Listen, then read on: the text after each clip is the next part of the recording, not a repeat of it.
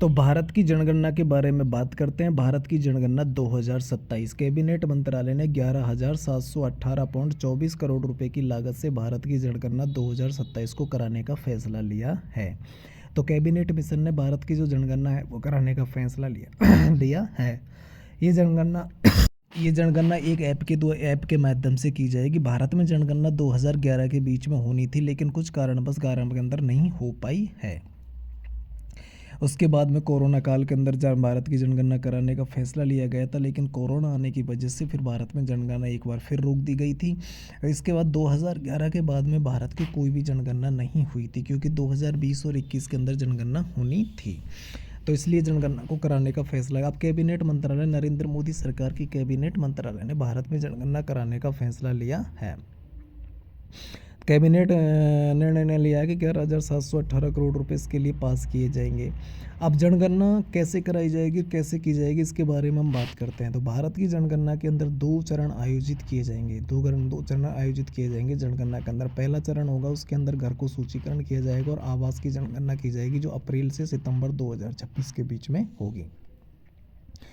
जो पहला चरण होगा ना, उसके अंदर तो प्रत्येक राज्य के अंदर जाकर के जनगणना कर्मी के द्वारा घर का सूचीकरण किया जाएगा कि उसका घर कहाँ पर स्थित है, और आवास की जनगणना की जाएगी कि भारत में कितने घर बने हुए हैं, कितने लोग बेघर हैं, कितने लोगों के पास में घर नहीं है। इसका डाटा इसके द्वारा प्राप्त किया जाएगा, जिसकी शुरुआत अप्रैल 2026 से लेकर सितंबर 2026 तक पूरा कर लिया जाएगा। तो ये पहले चरण है। उसके बाद माता दूसरा चरण, जिसके अंदर जनगणना की जाएगी। तो 29 फरवरी 2027 और 1 मार्च 2027 से, कुछ जगह 29 फरवरी 2027 से और कुछ जगह 1 मार्च 2027 से फिर मेन जनगणना चालू की जाएगी। मेन जनगणना चालू की जाएगी, जो एक ऐप के माध्यम से की जाएगी।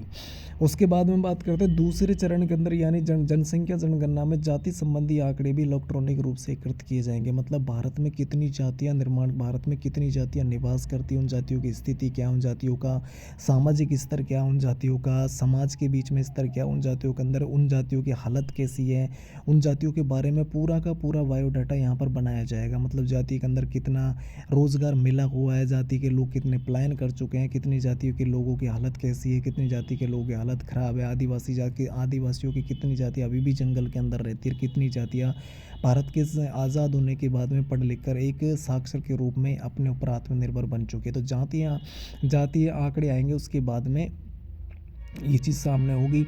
इससे ये भी पता लग जाएगा कि जनरल कैटेगरी के अंदर कितनी जातियाँ आती है, ओबीसी के अंदर कितनी जाति और कितनी जातियों के सक्षम और कितनी जाति है सक्षम है, एससी की कितनी जातियाँ सक्षम हुई है, कितनी नहीं हुई है, और जनरल और एसटी कैटेगरी के अंदर कितनी जातियाँ सक्षम हुई है नहीं हुई, इसके बारे में सारा बायोडाटा यहाँ पर आएगा।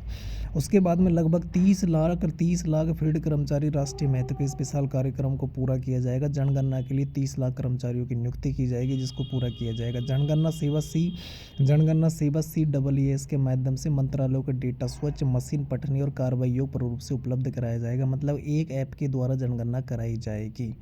तो ये भारतीय जनगणना के बारे में आपके बारे में बताया गया है। तो भारत की जनगणना 2027 के अंदर होगी, जो 2 चरणों के अंदर होगी। केंद्रीय कैबिनेट ने 11,718 करोड़ रुपए इसके लिए पास कर दिया है। पहले चरण के अंदर घरों का सूचीकरण और आवास की जनगणना की जाएगी, जो अप्रैल 2026 से सितंबर 2026 के बीच में की जाएगी। दूसरी जनगणना वो 28 फरवरी 2027 और 1 मार्च 2027 से चालू की जाएगी। और इस बार जातीय जनगणना भी कराई जाएगी, जो इलेक्ट्रॉनिक रूप से एकत्रित किए जाएंगे। और कम से कम 30 से 35 लाख सरकारी कर्मचारी इस राष्ट्रीय महत्व के विशाल कार्यों को पूरा करेंगे। और इसके डाटा लगभग 29 और 30 के बीच में 2028 के लास्ट और 29 में इसका डाटा जारी किया जाएगा। उसके बाद में आपको पता लगेगा कि भारत की स्थिति कैसी